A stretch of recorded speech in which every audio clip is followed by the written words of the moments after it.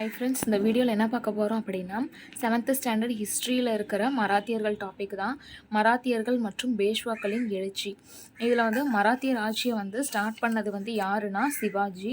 இவரோட தந்தை வந்து சாஜி போன்ஸ்லே வந்து ஷாஜஹான் பீரியடில் வந்து அகமது நகர் பீஜப்பூர் அரசர்கள்ட்ட வந்து ஒரு அதிகாரியாக வந்து வேலை செஞ்சுட்டு இருந்தார். 11ஆம் நூற்றாண்டில் பிஜப்பூர் அகமது நகரில் இருந்த அரசர்களுக்கு கீழே வந்து குதிரைப்படையில் வந்து ஒர்க் பண்ணிகிட்டு இருந்தவர் தான் வந்து சாஜி போன்ஸ்லே. அந்த டைமில் வந்து மகாராஷ்டிரத்தில் வந்து பக்தி இயக்கங்கள் வந்து வளர ஆரம்பிச்சது. ஏக்நாத், துக்காராம், ராம்தாஸ் இந்த இவங்களோட தலைமையில் வந்து பக்தி இயக்கம் வந்து வளர ஆரம்பிச்சது. இதுலேயும் வந்து துக்காராம், ராம்தாஸுங்கிறவங்க வந்து சிவாஜியோட வாழ்க்கையில் வந்து குறிப்பிடத்தகுந்த மாற்றத்தை வந்து ஏற்படுத்தினாங்க அப்படின்னு வந்து சொல்கிறாங்க. சிவாஜி வந்து 1627 வந்து பிறந்தார். தாய் வந்து ஜீஜாபாய், தந்தை வந்து சாஜி போன்ஸ்லே. ஓகேவா. அவரோட குரு வந்து யாருன்னா தாதாஜி கொண்டதேவ். இவரோட அரவணைப்பில் வந்து அவர் தந்தை வந்து சிவாஜியும் அவரோட தாயாரையும் வந்து விட்டுட்டு வந்து போயிட்டாரு. அதுக்கப்புறம் வந்து 1645 வந்து 18 வயசில் வந்து இவரோட இராணுவ பணியை வந்து ஸ்டார்ட் பண்ணுவார். பூனேயில் கோண்டுவானா கோட்டையும், அதுக்கப்புறம் வந்து தோர்னா கோட்டை, ரெய்கார் கோட்டை, எல்லா கோட்டையும் வந்து கைப்பற்றுவார். இவர் வந்து தாதாஜி கொண்டதேவ் அப்படிங்கிறவர் தான் வந்து இவருக்கு வந்து குதிரை ஏற்றம், போர்க்கலை, இந்த மாதிரி வந்து நிறைய வந்து கலைகளை வந்து பயிற்சி கொடுப்பாரு. நெக்ஸ்ட்டு வந்து இந்த மாதிரி வந்து கோட்டைகளெல்லாம் வந்து கைப்பற்றிட்டு இருந்த டைமில் வந்து 1649 இவரோட குருவான தாதாஜி கொண்டதேவ் வந்து இறந்துருவார். அதுக்கப்புறம் சிவாஜி வந்து ஒரு முழுமையான சுதந்திரம் பெற்ற மனிதராக ஆயிடுவார். தாதாஜி கொண்டதேவால் நிர்வகிக்கப்பட்ட ஜாகீர்தாரையும் வந்து சிவாஜி வந்து பெற்றுக்குவார். இவருக்கு அப்புறம் வந்து இவர் தானே, ஸோ அந்த பகுதிகளை வந்து இவர் வந்து பெற்றுக்குவார். அதுக்கப்புறம் மாவலி காலாட்படை வீரர்கள் தான் இவரோட படையில் வந்து ரொம்ப வந்து வலிமையாக வந்து இருந்திருப்பாங்க. ஓகேவா. முகலாயர்களுக்கு வந்து பீரங்கி படை எப்படியோ இவங்களுக்கு வந்து காலாட்படை வந்து அந்த மாதிரி வந்து ஒரு வலிமை மிக்க படையாக வந்து இருந்துச்சு. அதுக்கப்புறம் வந்து புரந்தர் கோட்டை, முகலாயர்கள்ட்ட இருந்து புரந்தர் கோட்டை வந்து கைப்பற்றிடுவார். இதெல்லாம் வந்து என்னென்னா பிஜப்பூர் சுல்தான் வந்து ரொம்ப வந்து கோவப்படுத்திடுச்சு. அதனால் இவர் வந்து என்ன பண்ணுவார், அவரோட தந்தையான சாஜி போன்ஸ்லே வந்து சிறையில் வந்து அடைச்சிருவார். இந்த மாதிரி இராணுவ நடவடிக்கைகள் வந்து ஏதாவது வந்து எடுத்துகிட்டு இருந்தீங்க அப்படின்னா, இந்த மாதிரி ஒரு கோட்டையை வந்து கைப்பற்றிட்டு இருப்பார்ல சிவாஜி, அந்த மாதிரி வந்து பண்ணிகிட்டு இருந்தால் நான் வந்து தந்தையை வந்து சிறையில் வச்சிருவேன் அப்படின்னு சொல்லிட்டு அவங்கள பிடிச்சி வச்சுக்குவாங்க. சாஜி போன்ஸ்லே வந்து சிறையில் பிடிச்சு வச்சுக்கிட்டனால பிஜப்பூர் சுல்தான்கிட்ட வந்து சிவாஜி வந்து ஒரு அமைதி உடன்படிக்கை வந்து போட்டுப்பார். இனிமேல் வந்து இராணுவ நடவடிக்கை எதுவுமே வந்து நான் எடுக்க மாட்டேன் அப்படின்னு சொல்லிட்டு அமைதி உடன்படிக்கை பண்ணதுக்கப்புறமா தந்தை சாஜி போன்ஸ்லே வந்து ரிலீஸ் பண்ணிடுவாங்க சிறையிலேருந்து. அதுக்கப்புறமா வந்து அவரோட தந்தை வந்து இறக்குற வரைக்குமே வந்து சிவாஜி வந்து அமைதியாக வந்து இராணுவ நடவடிக்கைகள் எதுவும் இல்லாமல் வந்து அமைதியாக தான் வந்து இருப்பார். ஆனால் வந்து இந்த மாதிரியான பகுதிகளை வந்து கைப்பற்றுறதுக்கும் நிர்வாகம் பண்ணுறதுக்கும் என்னென்னலாம் பண்ணணும் அப்படிங்கிறத வந்து கற்றுக்கிட்டு இருப்பார். அதுக்கப்புறமா அவரோட தந்தை வந்து இறந்ததுக்கப்புறமா 1656 வந்து அதிரடியாக வந்து சந்திரராவ் மோர் அப்படிங்கிற மராத்திய தலைவர்கிட்ட இருந்து ஜாவலி அப்படிங்கிற பகுதியை வந்து கைப்பற்றிடுவார். அதுக்கப்புறம் பூனாவை சுற்றி இருந்த பகுதிகளில் வந்து சிறிய சிறிய மராத்திய தலைவர்களெல்லாம் அடக்கி வந்து அவங்களெல்லாம் வந்து இவருக்கு கீழே வந்து பணிய வைப்பார். பிஜப்பூர் வீரர்களையும் வந்து துரத்தி அடிச்சுட்டு சிவாஜி வந்து அவரோட தளபதிகளை வந்து அங்கே வந்து நியமிச்சிருவார். இவர் வந்து என்னென்னா கொரில்லா போர் முறையை வந்து ஃபாலோ பண்ணி அங்கங்கேருந்து மறைஞ்சிருந்து வந்து தாக்குவார். 1659 வந்து பிஜப்பூரோட குறிப்பிடத்தக்க தளபதியான அப்சல் கானை வந்து கொன்றுவார். அதே மாதிரி அவுரங்கசீப்போட மாமனாரும் முகலாய தளபதியுமான செயிஸ்ட கானை வந்து சிவாஜி வந்து காயப்படுத்தி துரத்தி அனுப்பிடுவார். அதுக்கப்புறம் 1664 வந்து சூரத்தை வந்து கொள்ளையடிச்சிருவார். இந்த சூரத்துங்கிறது ஒரு துறைமுகம். அந்த துறைமுகத்தை வந்து கொள்ளையடிச்சிருவார். இது எங்கே இருக்கும்னா அரபிக்கடல் கடற்கரையில் வந்து இருக்கும். ஃபஸ்ட்டு முறையாக வந்து கொள்ளையடிப்பது வந்து 1664, செகண்ட் டைம் வந்து 1670 வந்து பண்ணும்போதும் முகலாயர்களால் தடுக்கவே முடியாது. ஆனால் இந்த சூரத்து துறைமுகம்ங்கிறது முகலாயர்களோட ஒரு முக்கியமான கடற்கரை துறைமுகமாக இருக்கும். ஓகேவா. நெக்ஸ்ட்டு 1665 வந்து ராஜா ஜெய்சிங்கை வந்து அனுப்பி வைப்பார் அவுரங்கசீப்பை. அவரை கூட வந்து என்னென்னா புரந்தர் உடன்படிக்கை வந்து நடக்கும். ராஜா ஜெய்சிங்க்கும் சிவாஜிக்கும் நடுவில் வந்து புரந்தர் உடன்படிக்கை வந்து நடக்கும். இவர் வந்து என்ன சொல்லுவார் அப்படின்னா, சிவாஜியை வந்து நீங்கள் வந்து ஆக்ராக்கு வந்து டைரெக்டாக வந்து போய் பாருங்கள், அவுரங்கசீப்கிட்ட வந்து பேசுங்க அப்படின்னு வந்து ராஜா ஜெய்சிங் வந்து அனுப்பி வைப்பார். ஆனால் இவரும் இவரோட மகனும் வந்து ஆக்ராக்கு வந்து போகும்போது அவுரங்கசீப் வந்து அவங்கள வந்து ரொம்ப வந்து கீழ்த்தனமாக தான் நடத்துவார். 2 பேர்த்தையும் வந்து கைது செஞ்சுருவாங்க. ஓகேவா? அப்போ வந்து சிவாஜி மட்டும் வந்து எஸ்கேப் ஆயிடுவார். ஒரு பழக்கூடையிலேருந்து வந்து எஸ்கேப் ஆயிடுவார். அதுக்கப்புறம் வந்து அவரோட மகனான சாம்பாஜியும் வந்து எஸ்கேப் ஆயிடுவார். அதுக்கப்புறமா வந்து 1674 சிவாஜி சத்ரபதி ரெய்கார் கோட்டையில் வந்து முடிசூட்டிக்குவார். சத்ர அப்படின்னா என்னென்னா குடை, பதி அப்படின்னா என்னென்னா தலைவன் அல்லது பிரபு. இது வந்து என்னென்னா ஒரு சமஸ்கிருத சொல். ஓகேவா? இந்த மாதிரி வந்து சத்ரபதி அப்படிங்கிற ஒரு பேருக்கு கீழே வந்து இவர் வந்து ரெய்கார் கோட்டையில் வந்து முடிச்சூட்டிக்குவார். அதையும் வந்து முகலாயர்களால் வந்து எதுவுமே தடுக்க முடியாது. இவரோட சன்னு தான் வந்து சாம்பாஜி. ஓகேவா? 1680 வரைக்குமே வந்து ரொம்ப வந்து பரபரப்பாக வந்து எல்லா நாடுகளை வந்து கைப்பற்றுறது அந்த மாதிரிலாம் வந்து பண்ணிகிட்டு இருப்பார். ஆனால் 1680 வந்து நோய்வாய்ப்பட்டு வந்து சிவாஜி வந்து இறந்துருவார். அதுக்கப்புறமா தான் வந்து இவரோட மகன் வந்து ஆட்சி பொறுப்பு வந்து ஏற்றுப்பார்.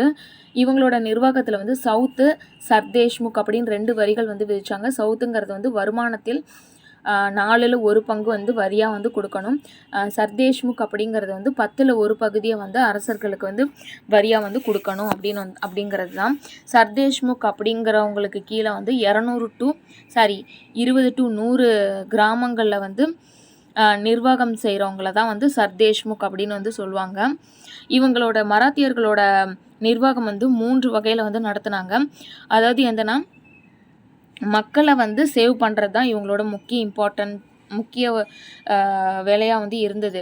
மக்களை வந்து எந்த விதத்துலேயும் வந்து கஷ்டப்படுத்தக்கூடாது, மக்களை வந்து காப்பாற்றணும். அதுக்கப்புறம் வந்து வரி வசூல் வந்து நேரடியாக வந்து பண்ணாமல் வந்து இப்போ யாராவது ஒரு அதிகாரிகளை வந்து நியமிச்சுறது, அவங்களுக்கு கீழே வந்து வரி வசூல் பண்ணுறது, அந்த மாதிரி தான் வந்து இருந்துச்சு. அதே மாதிரி ஒரு நாட்டை வந்து கைப்பற்றிட்டாங்கன்னா அந்த நாட்டை வந்து ஃபுல்லாக ஆட்சி செய்கிறது வந்து அவங்களோட இதுவாக இல்லை.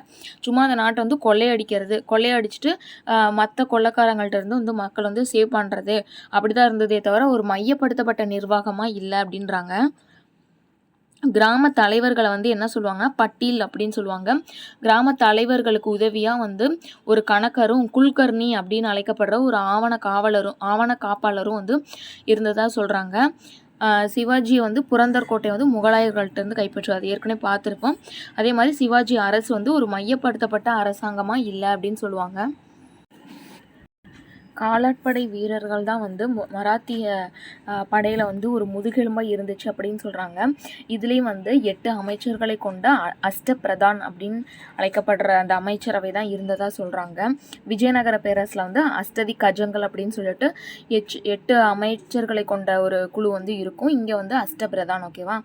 அதுக்கப்புறம் நிலவரி வந்து 5ல் 3 பங்கு வந்து விளைச்சலை வந்து கொடுக்கணும் அப்படின்னு வந்து விதிச்சிருந்தாங்க.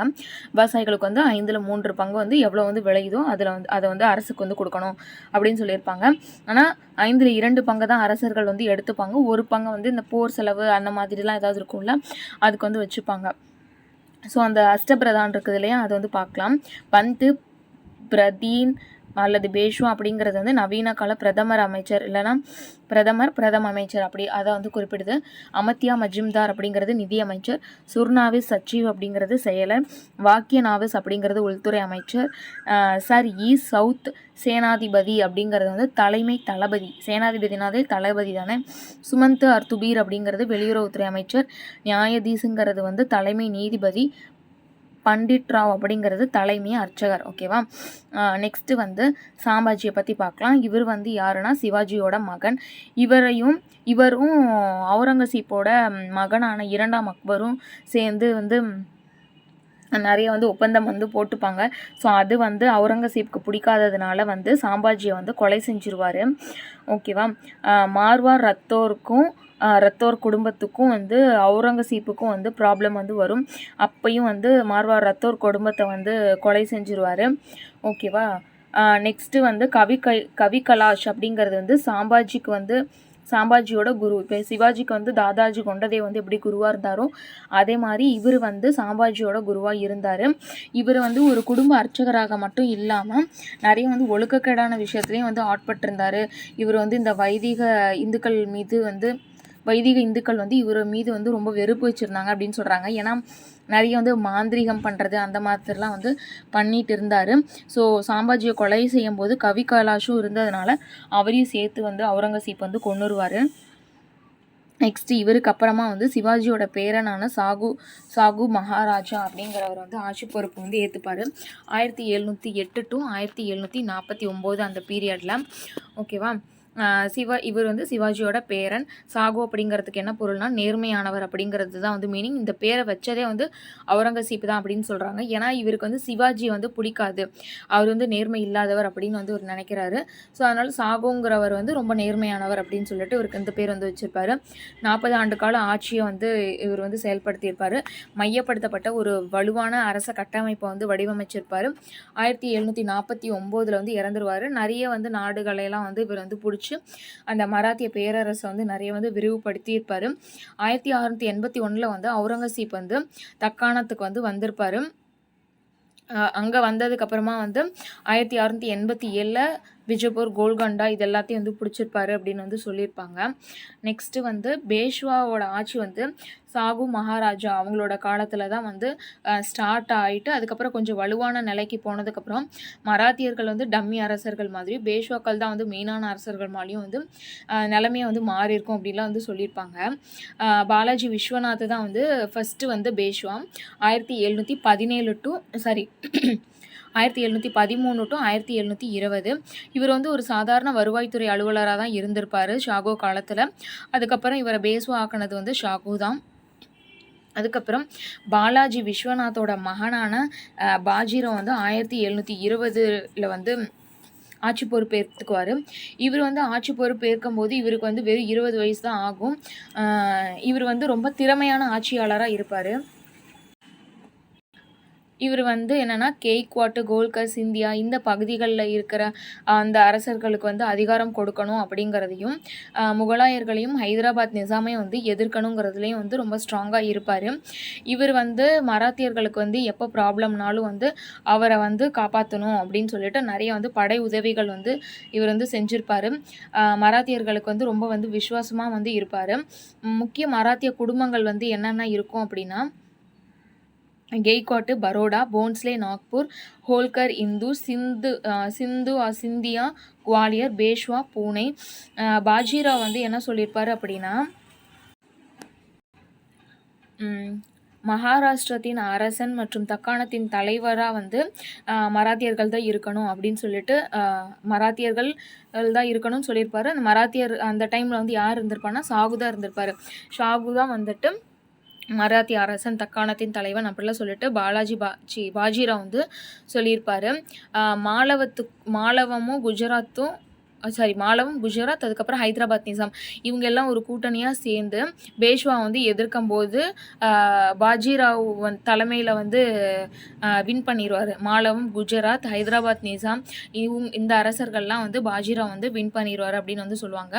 அதுக்கப்புறம் வந்து கப்பம் வசூலிக்கிறதும் வந்து என்னென்னா அதான் ஏற்கனவே சொல்லியிருப்போம் இல்லையா, சவுத்து சர்தேஷ்முக் அப்படின்னு 2 விதமான வசூல் வந்து கப்பம் வந்து வசூலிச்சாங்க அப்படின்னு சொல்லிட்டு. அதுக்கப்புறம் மைய அரசாக வந்து பூனேவை வந்து நியமிப்பார். பூனே தான் வந்து ஹெட் குவார்ட்டர்ஸாக இருக்கும் பேஷ்வாக்களுக்கு. ஓகேவா. இவருக்கு அடுத்தமாக வர்றது வந்து பாஜிராவ். இவர் வந்து 1740 to 1761 வரைக்கும் இருப்பார். பூனே வந்து தலைநகராக கொண்டு ஆட்சி செய்வார். சத்தாரா வந்து தலைநகர் கிடையாது, பூனே தான் வந்து மையப்படுத்தப்பட்ட தலைநகர் அப்படின்னு வந்து இவர் வந்து சொல்லியிருப்பார். அதுக்கப்புறம் வந்து கர்நாடகத்தில் வந்து மராத்தியர்களுக்கும் நிஜாமுக்கும் வந்து போர் நடக்கும்போது இவர் வந்து படை உதவிகள் வந்து தந்திருப்பார். அதுக்கப்புறம் ராஜஸ்தான், டெல்லி, பஞ்சாப் வரைக்கும் வந்து இவரோட பகுதிகளை வந்து விரிவுபடுத்துவார். கிட்டத்தட்ட டெல்லியிலேருந்து 50 மைல் தூரம் வரைக்குமே வந்து மராத்தியரோட எல்லையை வந்து விரிவுபடுத்தியிருப்பார். 1749 வந்து சாகு வந்து இறந்ததுக்கப்புறமா வாரிசுரிமை போட்டி வரும். அந்த வாரிசுரிமை போட்டியும் வந்து கரெக்டாக ஹேண்டில் பண்ணி அந்த ப்ராப்ளத்தை சால்வ் பண்ணதும் வந்து பாஜிராவ் தான். 1745 to 1751 பீரியடில் கிட்டத்தட்ட வருஷத்துக்கு வருஷத்துக்கு ஒரு டைம் அப்படின்னு சொல்லிட்டு மராத்திய தளபதி ரகுஜி போன்ஸ்லே தலைமையில் வந்து கொள்ளையை அடிக்கிறதுக்காகவே வந்து அந்த படையெடுத்து போகிறது அப்படிங்கிறது வந்து நடக்கும் அப்படின்னு வந்து சொல்லியிருப்பாங்க. ஓகேவா. நெக்ஸ்ட்டு வந்து நிர்வாகம் வந்து எப்படி இருந்ததுன்னா, வருவாய்த்துறை அதிகாரியாக காமவிஸ்தர் அப்படின்னு வந்து இருந்தாங்க. முகலாயர்களோட ஆட்சியை வந்து கம்பேர் பண்ணும்போது பேஷ்வா ஆட்சி வந்து ரொம்ப நவீனப்படுத்தப்பட்டதாக வந்து இருக்கும் அப்படின்னு சொல்லியிருப்பாங்க.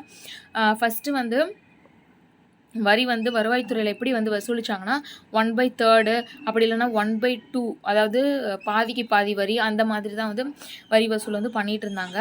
அதுக்கப்புறம் 3rd பானிபட் போர். இவங்க வந்து இந்த எல்லைகளை வந்து விரிவு பண்ணிகிட்டே போனாங்க இல்லையா. இப்போ டெல்லி, பஞ்சாப் கிட்டத்தட்ட அந்த பகுதிகளை வந்து நெருங்கி போயிட்டு இருந்தாங்க. அந்த எல்லைகளை வந்து விரிவுபடுத்தி படையெடுத்து போயிட்டே இருந்ததுனால அந்த ஆப்கானிஸ்தான் தலைவனான அகமது ஷா அப்தாலிக்கு வந்து ரொம்ப வந்து கோபம் வந்துடும். இவர் வந்து டெல்லியை வந்து ஆட்சி செஞ்சிட்ருப்பார்.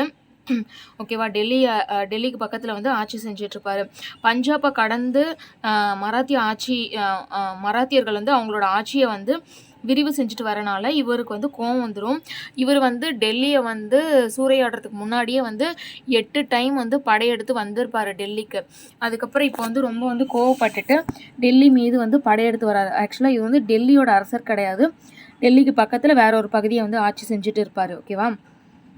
அதுக்கப்புறமா டெல்லி மீது 8 முறை இதுக்கு முன்னாடியே படையெடுத்திருப்பார். இப்போ வந்து 9வது முறையாக படையெடுத்து வரும்போது தான் 3வது பானிபட் போர் வந்து நடக்கும் 1761. இதுக்கு முன்னாடி வந்து 2 பானிபட் போர் வந்து பார்த்துருப்போம். 1526 முதல் பானிபட் போர், 1556 வந்து 2வது பானிபட் போர்னு வந்து பார்த்துருப்போம். ஸோ இந்த பானிபட் போரில் வந்து பீரங்கி படையை வேற யூஸ் பண்ணியிருப்பார். மராத்தியர்கள் வந்து காலாட்படை, குதிரை படை இப்படி தான் வச்சுருப்பாங்க. ஸோ அதனால் பயங்கரமாக வந்து இவங்க அந்த படையெல்லாம் வந்து கொன்று குவிச்சிட்ருப்பார். அந்த டைமில் வந்து மராத்திய வீரர்கள் வந்து பானிபட்லேருந்து எஸ்கேப் ஆகி மகாராஷ்டிராவுக்கு வந்து ஓடி வந்து அங்கே என்ன நடந்தது அப்படிங்கிற நிலவரத்தை வந்து சொல்கிறதுக்கே வந்து 6 மாதம் காலம் எடுத்துக்கும். அதுக்குள்ளேயும் வந்து இந்த மராத்திய பகுதி எல்லாத்தையும் வந்து இவர் வந்து அழிச்சிருவார். இந்த மராத்தியர்களின் ஆதிக்கமும் வந்து முடிவுக்கு வந்துடும் அப்படின்னு வந்து சொல்லியிருப்பாங்க. நெக்ஸ்ட் இதில் வந்து விட்டு போன பாயிண்ட்ஸ் ஏதாவது இருக்கான்னு பார்க்கலாம். மகாராஷ்டிராவில் பரவிய பக்தி இயக்கம் மராத்திய மக்களிடையே விழிப்புணர்வு மற்றும் இணக்கமான சூழல் ஏற்பட வழிவகுத்தது அப்படின்றாங்க. படை வீரர்கள் வந்து நேரடியாக வந்து சிவாஜினால் வந்து நேரடியாக நியமனம் செய்யப்பட்டார். படையில் வந்து ஏற்கனவே பணியாற்றும் ஒரு வீரரின் பிணையில் தான் வந்து இன்னொரு வீரர் வந்து பணியமர்த்தப்பட்டார் அப்படின்னு வந்து சொல்கிறாங்க. பணி நிறைவு பெற்ற படைத்தளபதியோட பொறுப்பில் தான் வந்து கோட்டைகள் வந்து விடப்பட்டன அப்படின்றாங்க. ஷாகு மகாராஜா காலத்தில் தான் பேஷ்வாவோட அதிகாரம் வந்து ஒரு உண்மையான மராத்திய அரசருக்கு ஈக்குவலான அதிகாரமாக இருந்தது. சத்ரபதியை வந்து பேரளவு அரசராக வந்து அதுக்கப்புறம் பார்க்க ஆரம்பித்தாங்க.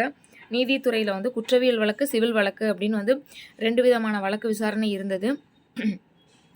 தீர்ப்பு வந்து குற்றவியல் வழக்குக்கு வந்து சாஸ்திரம் பேஸ் பண்ணி, சிந்து சட்டநூலை பேஸ் பண்ணி வந்து வழங்கப்பட்டது. சிவில் வழக்குகளுக்கு வந்து பஞ்சாயத்தில் வந்து என்ன சொல்கிறாங்களோ அதுக்கேற்ற மாதிரி சால்வ் பண்ணாங்க. சிவாஜியை தொடர்ந்து அனாஜி தத்தேவுடனான சச்சரவுக்கு பின் சாம்பாஜி வந்து பொறுப்பேற்றுப்பார். மலை மற்றும் மலை பள்ளத்தாக்கு மராத்தியர்களை படையெடுப்புகளிலிருந்து காப்பாற்றினது அப்படின்றாங்க. மராத்திய போர் வீரர்கள் வந்து லாங் டிஸ்டன்ஸ் அவங்க இருக்கிற மராத்திய போர் வீரர்களை வந்து அவங்க இருக்கிற இடத்துல இருந்து ரொம்ப தூரம் வந்து போர் புரியறனால வேளாண் பணிக்கு செல்லலாம் வந்து மறுப்பு தெரிவித்தாங்க. ஆனால் அவங்க தங்கியிருக்க பகுதியில் வந்து அவங்க ஃபேமிலியை வந்து கூட்டிகிட்டு வந்து இருக்க வச்சுக்கலாம், அந்த மாதிரி வந்து வாய்ப்பு இருந்தது. ஆனால் வேளாண்மைக்கு செல்ல அனுமதி மறுக்கப்பட்டது. பேஷ்வா வந்து என்னென்னா கடிதம், ஆவணம், இந்த கோப்புகள்லாம் வந்து பாதுகாப்பாக வந்து சேவ் பண்ணி வச்சுருந்தாங்க அப்படின்றாங்க. கவிகலாஷ் அப்படிங்கிறவர் வந்து சாம்பாஜியோட பாதுகாவலர். இவர் வந்து ஒரு பெரிய அறிஞர், கவிஞர், மாந்திரீகர். ஆனால் வைதிக இந்துக்கள் வந்து இவரை ரொம்ப வெறுத்தாங்க. மராத்திய படையில் 5000க்கும் குறைவான குதிரைப்படை வீரர்கள் தான் இருந்தது, பீரங்கி படையே கிடையாது. ஆனால் வந்து முகலாயர்களை கம்பேர் பண்ணும்போது அந்த காலாட்படை வீரர்கள் வந்து ரொம்ப திறமை வாய்ந்தவங்களாக இருந்தாங்க. 1720 வந்து அந்த படையோட இந்த கவுண்ட் வந்து 2 மடங்கு ஆனது அப்படின்னு சொல்கிறாங்க. ஓகேவா.